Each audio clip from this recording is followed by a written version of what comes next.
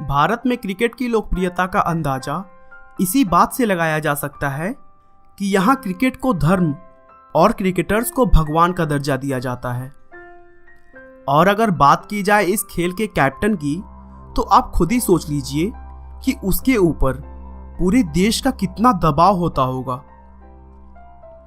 लेकिन आज मैं जिस शख्स के बारे में बात करने जा रहा हूं, उनके डिसीजंस की तो दांच देनी होगी, जिन्होंने इतने दबाव के बाद भी अपनी कप्तानी से भारत को T20 वर्ल्ड कप और वनडे इंटरनेशनल वर्ल्ड कप के साथ ही साथ बहुत सारी ऐसी जीतें दिलाई हैं जो कि भारतीय क्रिकेट के लिए एक सपना सा लगने लगा था।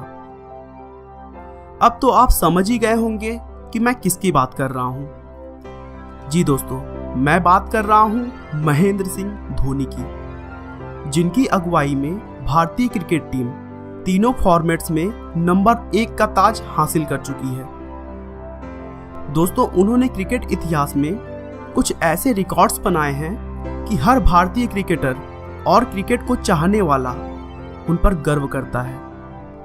यहाँ तक कि क्रिकेट के भगवान कहे जाने वाले सचिन तेंदुलकर का कहना है कि धोनी दुनिया के सबसे बेहतरीन कप्तान हैं।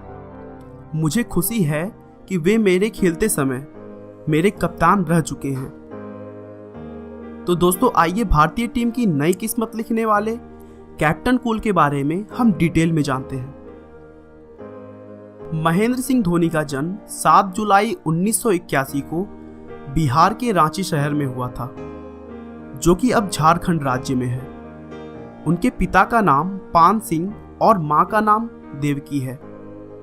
वैसे तो धोनी का होम टाउन उत्तराखंड के अल्मोड़ा जिले में लावली नाम के एक गांव में है, लेकिन उनके पिता पान सिंह की जॉब मैकोन कंपनी में जूनियर मैनेजमेंट ग्रुप में लग गई, जिसकी वजह से उन्हें पूरे परिवार के साथ रांची में शिफ्ट होना पड़ा।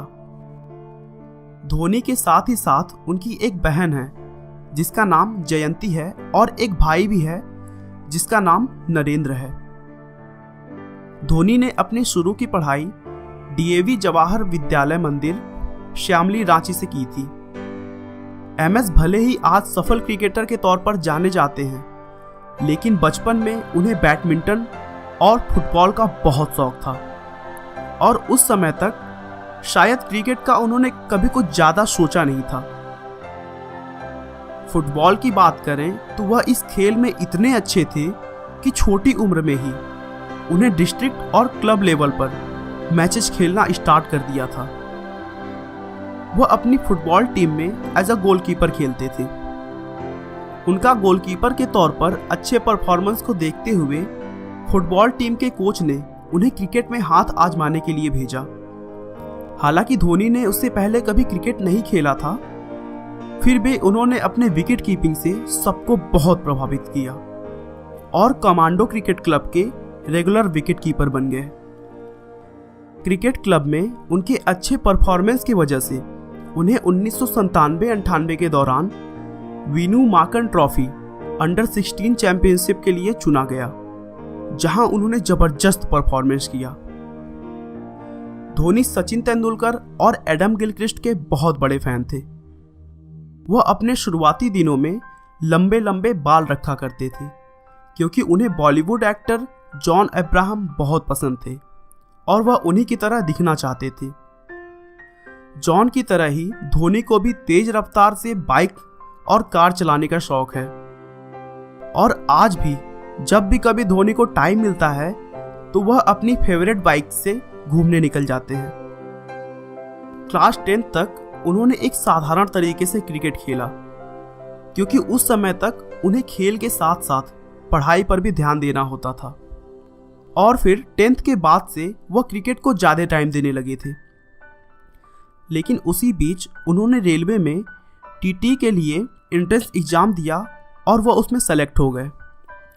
उसके बाद धोनी साउथ रेलवे के खड़गपुर रेलवे स्टेशन पर 2001 से 2003 तक एज अ TT काम किया। MS के साथ काम करने वाले लोग बताते हैं कि वह एक नेक दिल इंसान थे और अपनी जिम्मेदारियों को बखूबी निभाया करते थे। दोस्तों, धोनी हमेशा उनकी शरारती हरकतों के लिए जाने जाते हैं। एक बार की बात है, जब धोनी रेलवे के क्वार्टर पर रह रहे थे, तभी वह अपने दोस्त के साथ मिलकर खुद को सफेद कंबल में पूरी तरह ढक लिया और देर रात तक अपनी कॉलोनी में घूमते रहे। वहां का पहरेदार और कुछ और लोगों ने लंबे बाल और पूरी तरह सफेद कपड़े में ढका हुआ उन्हें देखा और डर कर वहां से भाग निकले। लोगों को यहां तक यकीन हो गया था कि कॉलोनी में कोई भूत घूम रहा है। उनकी इस शरारत से लोग बहुत डर गए थे और अगले दिन यह एक बड़ी खबर बन गई थी। वह रेलवे में नौकरी के साथ ही साथ 2000 से 2003 तक रणजी ट्रॉफी का हिस्सा बने रहे। धीरे धीरे क्रिकेट की तरफ उनका पागलपन इतना बढ़ गया कि उनका काम से मन हटने लगा और उन्होंने क्रिकेट में पूरी तरह से अपना कैरियर बनाने का सोच लिया। अब बहुत सारे लोगों के मन में यह सवाल होता है कि वह नेशनल क्रिकेट टीम में कैसे सेलेक्ट हुए। तो दोस्तों बता दूं कि बीसीसीआई की एक टीम होती है जो छोटे शहरों से सबसे अच्छे टैलेंट्स को खोजने का काम करती है, और उसी टीम में से प्रकाश पोडार की नज़र धोनी के अद्भुत खेल पर पड़ी और उन्होंने धोनी को नेशनल लेवल पर खेलने के लिए सेलेक्ट कर लिया। दोस्तों बता दूं कि प्रकाश पोडार बंगाल टीम के पूर्व कप्तान रह चुके हैं। एमएस धोनी को सबसे बड़ी कामयाबी तब मिली जब 2003 में उन्हें इंडिया ए टीम के लिए चुना गया और वो ट्राई सीरीज खेलने के लिए केनिया गए, जहां पाकिस्तान की टीम भी आई हुई थी। इस सीरीज में उन्होंने शानदार प्रदर्शन किया, जिसमें पाकिस्तान के 223 रनों का पीछा करते हुए उस मैच में उन्होंने अर्धशतक बनाया और भारतीय टीम को मैच जीतने में हेल्प की। अपने परफॉर्मेंस को और मजबूत करते हुए धोनी ने इसी टूर्नामेंट में 120 और 119 रन बनाकर 2 शतक पूरे किए। यहां पर धोनी ने कुल 7 मैचों में 362 रन बनाए थे। तभी धोनी के शानदार परफॉर्मेंस पर उस समय के कैप्टन सौरभ गांगुली का ध्यान गया और साथ ही साथ भारत ए टीम के कोच संदीप पाटिल ने विकेटकीपर और बल्लेबाज के तौर पर भारतीय क्रिकेट में जगह के लिए धोनी की सिफारिश की।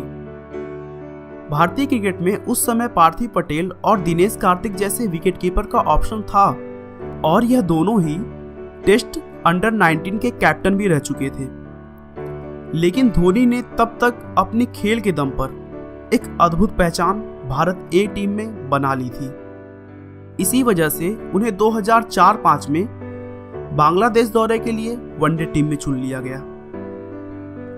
धोनी की एक दिवसीय कैरियर की शुरुआत बेहद ही खराब रही और वह अपने पहले ही मैच में दुर्भाग्यपूर्ण तरीके से 0 रन पर आउट हो गए। बांग्लादेश के खिलाफ उनका परफॉर्मेंस अच्छा न होने के बावजूद भी वे पाकिस्तान के खिलाफ वनडे टीम के लिए चुने गए। अंतर्राष्ट्रीय क्रिकेट में धोनी के बल्ले की गूंज तब सुनाई दी जब अपने 5वें ही मैच में उन्होंने पाकिस्तान के खिलाफ ताबड़तोड़ शतक ठोककर भारत को जीत दिला दी। उस मैच में धोनी ने 123 गेंदों पर शानदार 148 रनों की पारी खेली थी। यह किसी भी विकेटकीपर बैट्समैन के तौर पर हाईएस्ट स्कोर था। उसके बाद भी उन्होंने अपना शानदार परफॉर्मेंस जारी रखा और टीम में अपनी मजबूत जगह बना ली। 2007 में जब राहुल द्रविड़ ने टेस्ट और वनडे कैप्टेंसी से इस्तीफा दे दिया और सचिन तेंदुलकर को टीम का कैप्टन बनने के लिए कहा जाने लगा, तो सचिन ने विनम्रता से मना कर दिया और धोनी को कैप्टन बनाने के लिए कहा, जिससे बोर्ड के मेंबर्स भी सहमत हो गए और धोनी इंटरनेशनल क्रिकेट के कैप्टन बन गए। उसके बाद से धोनी ने कभी भी पीछे मुड़कर नहीं देखा और ऐसी कप्तानी की कि 2007 में पहला T20 वर्ल्ड कप भारत ने अपने नाम किया और फिर 2011 में वनडे इंटरनेशनल वर्ल्ड कप भी अपने नाम कर लिया। दोस्तों, भारतीय टीम को एक अच्छा कैप्टन के तौर पर कपिल देव, अजरुद्दीन और गांगुली के बाद अगर कोई मिला वो थे महेंद्र सिंह धोनी। अगर धोनी के पर्सनल लाइफ की बात की जाए तो उन्होंने 4 जुलाई 2010 को साक्षी से शादी की और 6 फरवरी 2015 को उनकी एक बेटी हुई जिसका नाम जीवा रखा। दोस्तों, धोनी को 2008 में ICC one day player of the year का अवार्ड दिया गया। धोनी पहले भारतीय खिलाड़ी थे जिन्हें यह सम्मान मिला। इसके अलावा धोनी को राजीव गांधी खेल रत्न पुरस्कार से भी सम्मानित किया गया। दोस्तों, उनकी कप्तानी में भारत ने 28 साल बाद एक दिवसीय क्रिकेट विश्व कप में दोबारा जीत हासिल की। दोस्तों, 30 दिसंबर 2014 को उन्होंने टेस्ट क्रिकेट से रिटायरमेंट का फैसला किया था। उसके बाद 4 जनवरी 2017 को वनडे और T20 की कप्तानी भी छोड़ दी, लेकिन उन्होंने कहा कि वह एक विकेटकीपर बल्लेबाज के तौर पर खेलते रहेंगे। दोस्तों, धोनी की कप्तानी में टीम में कभी भी विवाद नहीं होता है क्योंकि वो अपने शांत सोच से टीम में एकता बनाए रखते हैं।